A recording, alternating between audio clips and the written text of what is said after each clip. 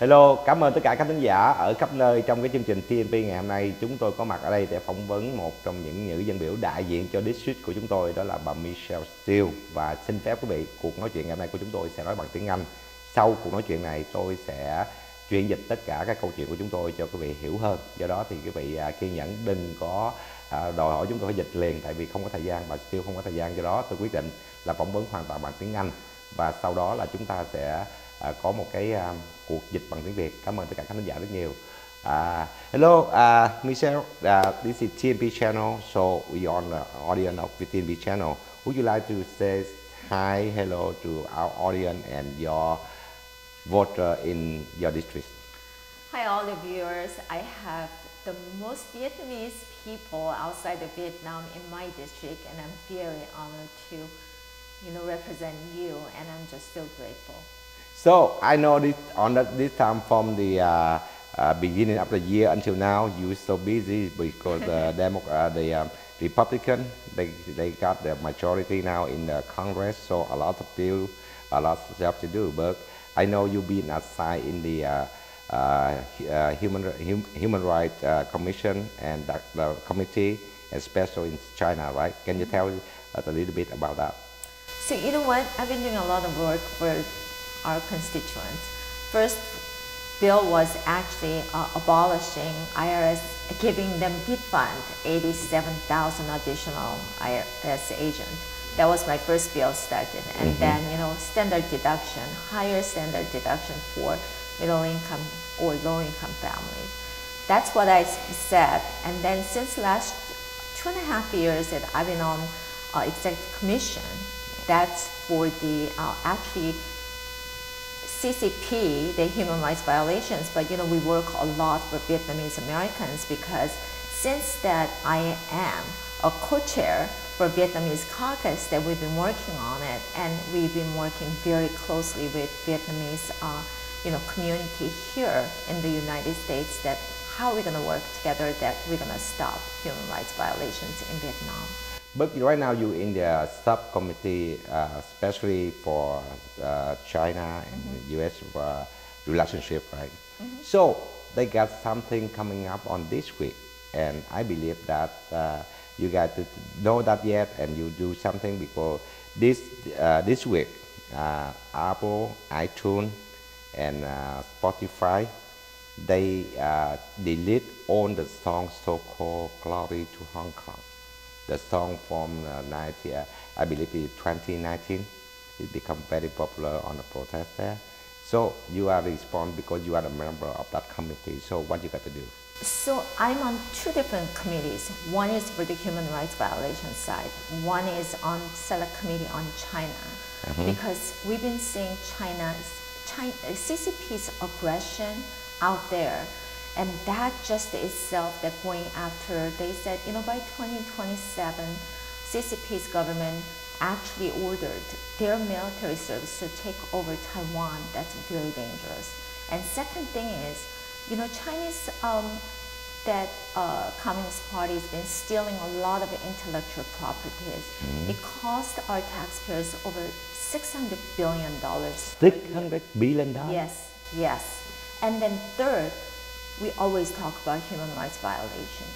They try to, put all these minority communities like Uyghur, Christians, and then Muslim communities, even and Buddha. They're putting those people without any reason and put in the jail. And then before you go to jail, and they are actually one step forward, that organ harvesting. So what they do is they are using most modernized computer system to check all these prisoners, innocent prisoners we're talking about, because they're minority community members, and they check, and they have healthy organs or not. This is very scary. I mean, this is supposed not to happen. But China itself, the CCP, we are not talking about Chinese Americans. We are not talking about Chinese people. We love them, and we want to save Chinese people from CCP. So Chinese Communist Party is very, very dangerous, And it's not just inside of China. They're not just doing only minority community members, but they are doing their own people too. So they're watching everybody and how these people are moving.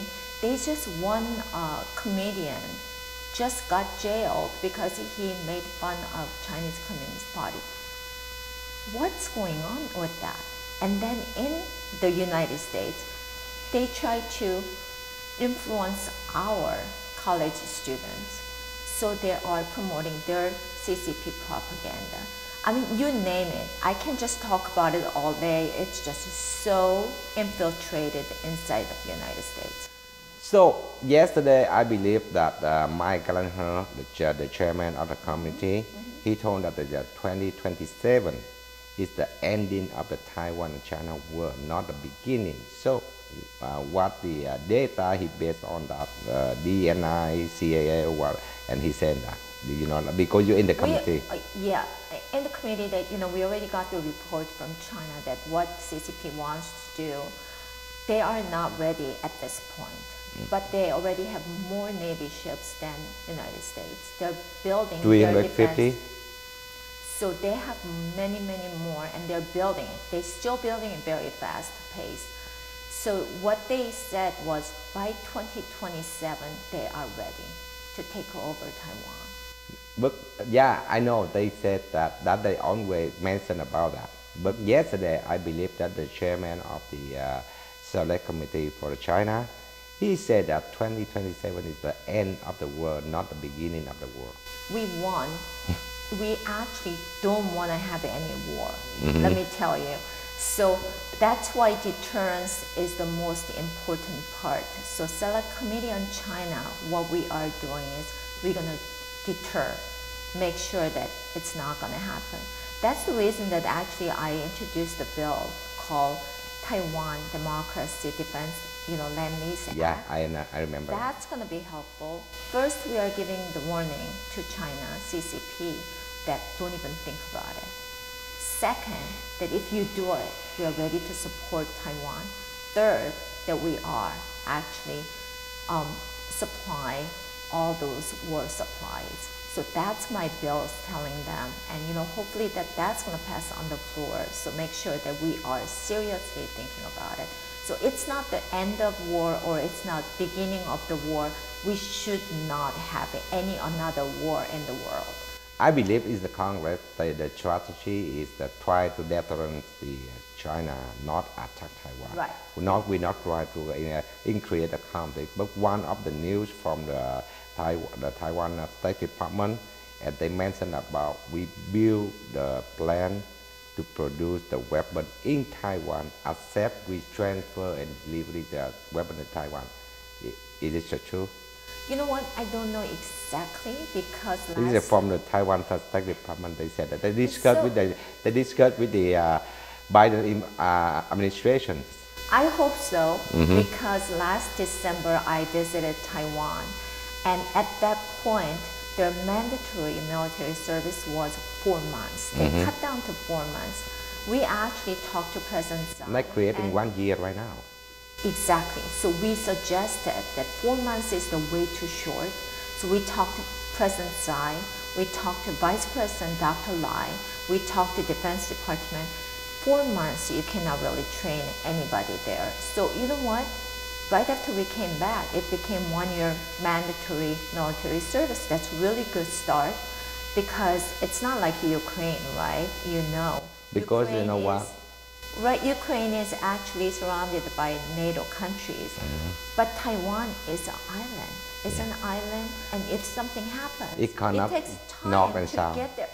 Exactly, so they have to defend themselves, but we are ready to defend with them, make sure that, defend our Taiwan. Because months ago, I believe that they got a 25 U.S. defense company came to Taiwan, and then after that, the Taiwan State Department, they said that we want to build a plant and a manufactory for the weapon in Taiwan. So the Congress know that yet, and so how the Congress think about it? Actually, you know what? We are doing joint training session with the military, but I don't know about the building. But that means it's more deterrent. I don't know. more data than China or to provide a service in Asia. You know If what? happen. If it happens, I think it's good because Taiwan tried to be independent and they want to be stronger. So it's a good thing happening. But you know what? I never really heard about it. I heard about that we are doing joint session, they exercise in military, that we are actually training Taiwan's military services. So we are doing whatever we can. Right now we have about 200 U.S. Marine in Taiwan, right? They were coming in and out, yeah. Yeah, coming in and out, right? So now you don't know about the manufacturing weapon from U.S. That one Taiwan. actually I heard from you first time. So you know what? I just heard the news from the Taiwan, the U.S. But last month ago, 25 U.S. defense company they visit Taiwan. I think last month on April or something they visit. Good.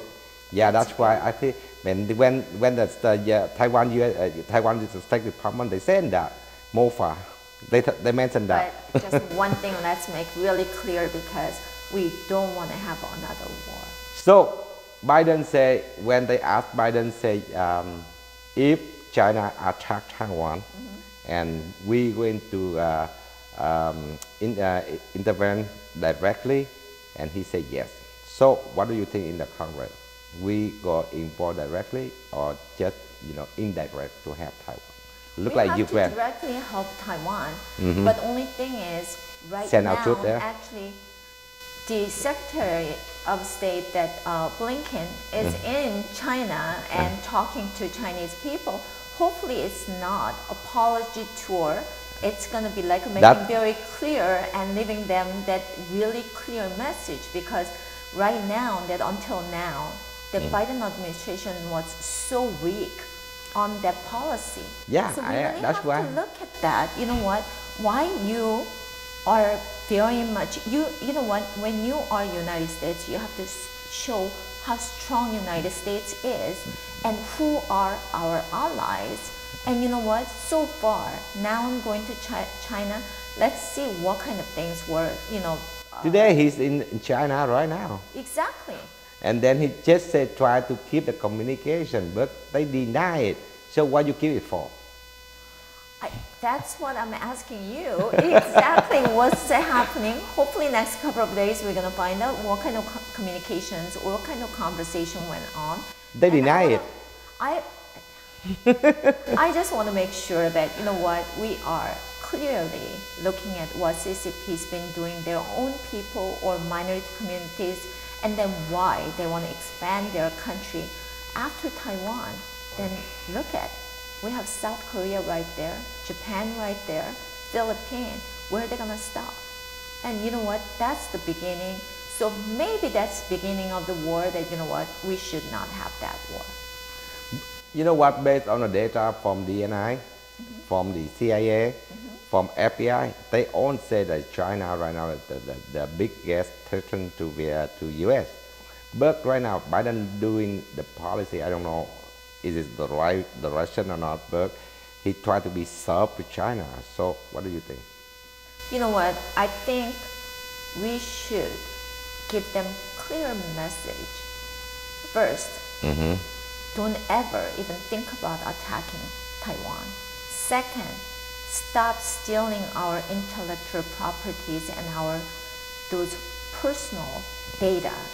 You know, they are collecting all those. But we mentioned and for third, that stop human rights violations. We have to make it very clear, but you know what? We never really made it really clear where we are standing. But if we don't have any burnish, if we don't have any burnish with them, and then they keep doing that for years, from the President Trump until President Biden, they still do that. But you know these communist countries that, you know what, no matter how clear you are, you don't know which That's direction why we need to they're punish. jump. It's China, North Korea, Vietnam, you name it, and you know what, you don't even know. How about Russia attacking Ukraine?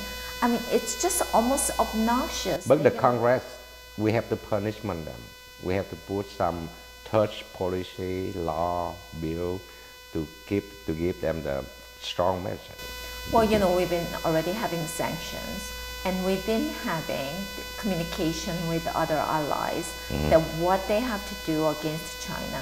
That's the reason that we built, Biden administration actually created that Indo-Pacific economic framework to go stand up to China. So we are doing something. It's not quite there yet. So you know what? When you build something, you have to really push strong, and that's going to stand right there and show them. For trade side, let's see that they're dumping. Let's see that what kind of things are bringing in. That we really have to stop it. So we found out, my office actually found out, how about Logink? That's a port data system. Fortunately, the United States is not using it, but our allies been using it. So all these ports to South Korea, Japan, Portugal, Spain, whatever ships going in and out, China has data that exactly what time, what they are bringing to our country or going out to our allies. And then second, they know exact time when our Navy ships are going into our allies. You know what? It's very dangerous. So we are giving them the message to our allies, stop using it, because China's been providing that lodging system for free to these countries. So that's why they were using it. Second, how about the ports? 80% of cranes been made in China. It's not made in other countries, or it's not made in the United States because it's cheaper. Yeah. But guess what they do? But they control all the mining around the world. Exactly. Chinese mainland has control over that, and they try to control that. We really have to stop that, and we try to stop it. That's what Congress is working on it. So we are working on not just sanction, but on the trade side, make sure that we really have to cut out those and cut out their system to collecting our data. So that's what we are doing. But you know what? We were talking about Biden administration a couple months ago. Yeah. We had this surveillance balloon. Why you wait for 3 days when foreign objects coming in, and then you shut down? Those 3 days they already collected all the data and they pumped into China. They transfer directly to China. Exactly. So why are we waiting? That's what I'm talking about. Biden administration has to come out much stronger stand. All right, thank you, because I know Mr. Congressman, you don't have much time for this for today, but at least we got some information from you from the Congress. I hope that you guys will keep touching with our policy and give them a strong message, and they not threaten our ally or our territory. Thank you, and will you say goodbye to our audience? Thank you so much. I just admire Vietnamese American community because you are a very patriotic community, and I know you are a great asset. And I join all the meetings and all the holidays. I have 5 Audais, and I always enjoy being there in the temple, and we share the food, and I'm just so grateful to represent you. So thank you. Thank you. Và kính thưa quý vị, đó là câu chuyện của chúng tôi với bà Michelle Steele, và lát nữa thì tôi sẽ dịch toàn bộ câu chuyện này cho quý vị nghe những lời của bà nói. Cảm ơn tất cả khán giả, chúng ta gặp lại sau. Bye bye. Quý vị, đó là cái câu chuyện mà tôi đã trò chuyện với bà Michelle Steele vào chiều ngày hôm nay. Thứ nhất là để cho quý vị biết rõ, bà Michelle Steele, bà là dân biểu của Hạ viện Liên bang, và bà đại diện cho cái địa hạt 45, tức là ở xung quanh quận Cam của chúng tôi, và nó là địa hạt của bà. Ngay cái nhà của tôi cũng là địa hạt của bà, và bà là dân biểu, đây là nhiệm kỳ thứ 2.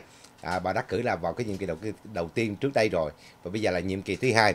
Và hiện nay thì bà hoạt động trong 2 cái ủy ban, một cái là ủy ban và một cái là tiểu ủy ban, tại vì nó gọi là subcommittee.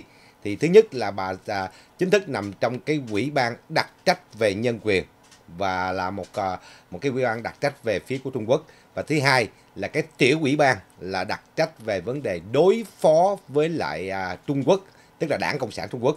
Thì đây là 2 cái ủy ban nằm trong Quốc hội, và cả 2 cái ủy ban này bà đều là thành viên. Và trong đó thì trong câu chuyện của tôi với bà, đầu tiên hết là bà nói về cái câu chuyện của nhân quyền của Trung Quốc, đặc biệt là sự bức hại của Trung Quốc đối với lại những người thiểu số, những cộng đồng tôn giáo, trong đó có những người thiểu số ở tại Tân Cương, có những người thiểu số ở tại Tây Tạng, rồi kể cả bên Thiên Chúa giáo cũng đã bị bức hại rất là nhiều. Đó là cái câu chuyện mà liên quan tới cái dự luật và cái nhân quyền của bà, và trong đó bà đã đệ trình ít nhất là có 2 cái dự luật liên quan tới việc mà trừng phạt Trung Quốc và ủng hộ cho cái nền dân chủ của Đài Loan. Đó là 2 cái dự luật mà bà đã đệ trình và đã được thông qua trên sàn Hạ viện. Bên cạnh đó thì quý vị, cái mà chúng tôi nhấn mạnh nhiều nhất vẫn là cái Ủy ban đối phó với Trung Quốc, và trong đó thì bà có cho biết là kỳ rồi bà bay qua bên Đài Loan chung với lại phái đoàn của ông Michael McCaul, tức là Ủy ban đối ngoại, và trong đó thì bà có gặp gỡ với một số viên chức của Đài Loan, và cái điều mà bà nhấn mạnh thêm nhiều hơn đó là cái vấn đề liên quan tới cái việc mà chúng ta làm sao tăng cường cái khả năng hỗ trợ cho Đài Loan. Và trong câu chuyện thì tôi có nhắc tới cái việc thứ nhất là ông Gallagher, tức là chủ tịch của tiểu ủy ban đặc trách về đối phó với Trung Quốc, tức là cái người mà bà cũng là thành viên trong đó. Thì tôi có nhắc là ông Gallagher có nói rằng là năm 2027 là năm chấm dứt của chiến tranh Đài Loan và Trung Quốc, chứ không phải là năm khởi đầu. Thì tôi có nhắc lại câu chuyện này, thì bà nói rằng là trong đó thì bà trả lời là trong ủy ban của bà làm việc rất là nhiều và có được rất là nhiều những thông tin liên quan tới tình hình nội địa của Trung Quốc, và trong đó cho thấy là Trung Quốc rất nguy hiểm và có khả năng tấn công Đài Loan bất cứ giờ phút nào. Do đó thì bà nói rằng là 2027 thì nó không phải là chấm dứt cuộc chiến hay là nó là bước khởi đầu của cuộc chiến. Tuy nhiên thì cái dấu mốc đó là cái dấu mốc khá quan trọng và Trung Quốc đã sẵn sàng cho cuộc chiến. Đó là cái mà lời tiết lộ của bà. Và thứ hai là tôi có nhắc tới cái việc mà Bộ Ngoại giao của Đài Loan đã đưa ra cái xác nhận là họ đã có thảo luận với phía của Hoa Kỳ liên quan tới việc đặt các công xưởng sản xuất về vũ khí ở tại Đài Loan. Thì bà nói rằng là cái tin này thì bà chưa có biết và bà biết từ tôi. Tôi có nói với bà là cái này là do phía Bộ Ngoại giao của Đài Loan đưa ra, và cái câu chuyện đưa ra này nó là tiếp diễn sau khi mà có 25 phái đoàn đại diện của 25 công ty quốc phòng của Hoa Kỳ đã có mặt ở Đài Loan vào tháng 4 thì phải. Tôi có nhắc với bà. Thì bà nói rằng là điều quan trọng nhất là Trung Quốc bây giờ là mối đe dọa nguy hiểm, và điều mà chúng ta cần làm là phải gia tăng cái mức kiềm chế đối với lại Cộng sản Trung Quốc. Và tôi có hỏi bà thêm về cái vấn đề khi mà đặt cái hệ thống mà gọi là căn cứ mà những cái công xưởng mà sản xuất vũ khí là mục đích là răn đe đối với Trung Quốc hay là mục đích là sẽ cung cấp dịch vụ về quốc phòng cho một số những quốc gia tại Á Châu, thì bà nói rằng hy vọng nó sẽ diễn ra và nó sẽ diễn ra, và nếu nó diễn ra thì bà nghĩ rằng là đó là một cái điều tốt để răn đe. Tuy nhiên thì bà vẫn nhấn mạnh là chúng ta phải ủng hộ toàn diện cho Đài Loan, bởi vì bây giờ Đài Loan nằm trong cái vị trí rất quan trọng, gạch nối giữa phía đông, phía bắc và phía nam của Á Châu Thái Bình Dương. Do đó bà cho thấy cái địa điểm của Đài Loan rất quan trọng.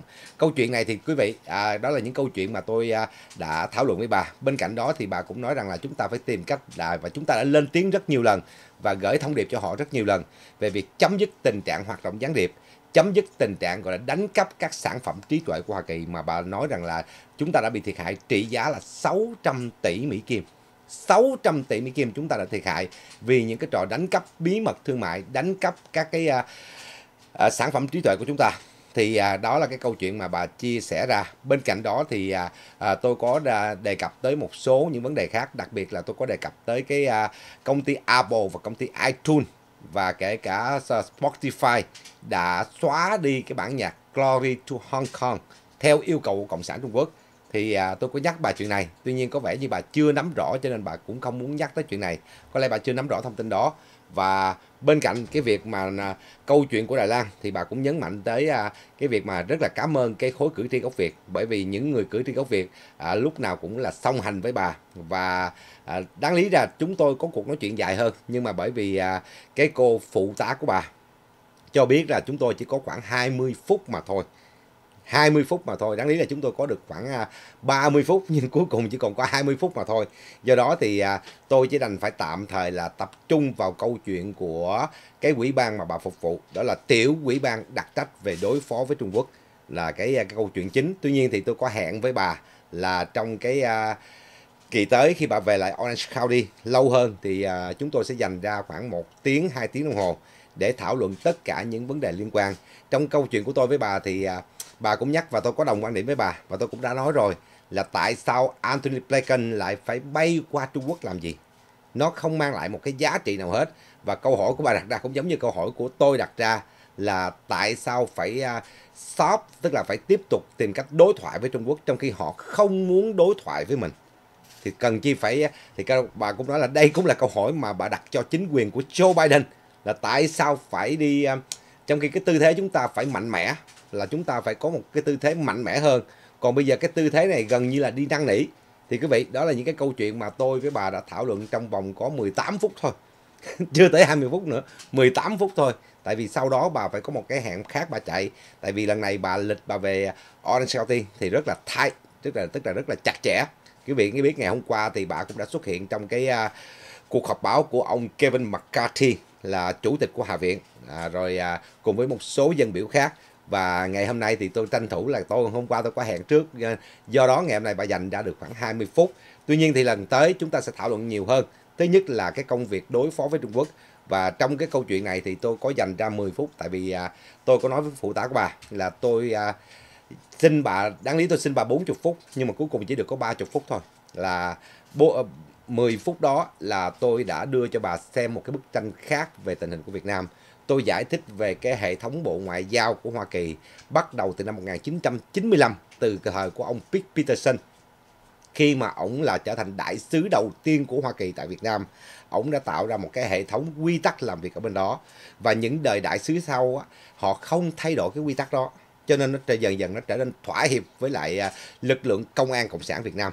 Thì và bên cạnh đó tôi có nhắc nhở bà về hai vấn đề. Thứ nhất là cái vấn đề Việt Nam trở thành một quốc gia gọi là transnation. Transnation là một cái thuật ngữ, dịch thì chúng tôi không dịch được, nhưng mà đại khái là ý của tôi nói là cái chữ transnation này có nghĩa là đồ đã sản xuất thành phẩm ở Trung Quốc đưa qua Việt Nam, đóng cái mác label Made in Việt Nam và xuất cảng qua Hoa Kỳ. Thì quốc gia Việt Nam trở thành cái trạm thứ 3 để mà xuất cảng dùng cho Trung Quốc, cho nên chúng ta gọi đó là transnation. Thì bà nói, cái chữ này bà biết rồi. Thì tôi có nhắc bà điều đó. Và thứ hai, tôi có nhắc với bà là Bộ Tài chính Hoa Kỳ vào cuối năm ngoái đã đưa ra cái kết luận là Việt Nam đã có thái độ hành động gọi là thao túng về tiền tệ, và đồng thời phía Việt Nam đã có cái hành động bán phá giá trong thị trường của Việt Nam, trong thị trường của Hoa Kỳ. Tuy nhiên bản kết luận và báo cáo này của Bộ Tài chính cho tới ngày hôm nay đã 6 tháng trôi qua và chưa có một cái hành động trừng phạt nào từ phía Bộ Tài chính. Và tôi nói rằng, tôi có nói với bà là có thể bà nhìn được những bức tranh khác về Việt Nam thông qua Bộ Ngoại giao, tức là tòa đại sứ và lãnh sự quán của Hoa Kỳ tại Việt Nam. Do đó cái bức tranh nó lại khác với bức tranh mà tôi có được ở trong cái thời gian mà tôi sinh hoạt trong cái vai trò đấu tranh và giúp cho những người đấu tranh. Thì nó có một cái bức tranh khác cho bà. Và tôi muốn nhắc nhở bà là tới giờ phút này Bộ Tài chính của Hoa Kỳ vẫn chưa có hành động gì cả. Nếu không có áp lực từ phía Quốc hội thì bà có nói với tôi rằng là bà đã ghi nhận được chuyện này. Và khi trở về DC, việc đầu tiên bà sẽ liên lạc với bên Bộ Tài chính để đòi hỏi họ cung cấp tất cả những cái thông tin liên quan tới cái bản kết luận của họ vào năm ngoái. Thì quý vị, đó là toàn bộ cái câu chuyện mà tôi đã ngồi nói chuyện với bà Michelle Steel. Và bởi vì lần này thì cái thời gian khá ngắn, do đó thì chúng tôi không có nhiều giờ. Lần tới bà về nhiều hơn. Tại vì quý vị biết là các vị dân biểu khi mà họ đắc cử rồi đó, thì một tuần 5 ngày họ phải có mặt ở DC. Tại vì họ là dân biểu của liên bang, họ phải làm việc trên đó. Và ngày cuối tuần họ mới bay về đây. Có đôi lúc nhiều khi công việc của Hạ viện, nhất là tuần tới, bà có nhắc với tôi là tuần tới có rất nhiều những cái dự luật được đệ trình phải duyệt xét, bao gồm cả vấn đề đối nội lẫn đối ngoại.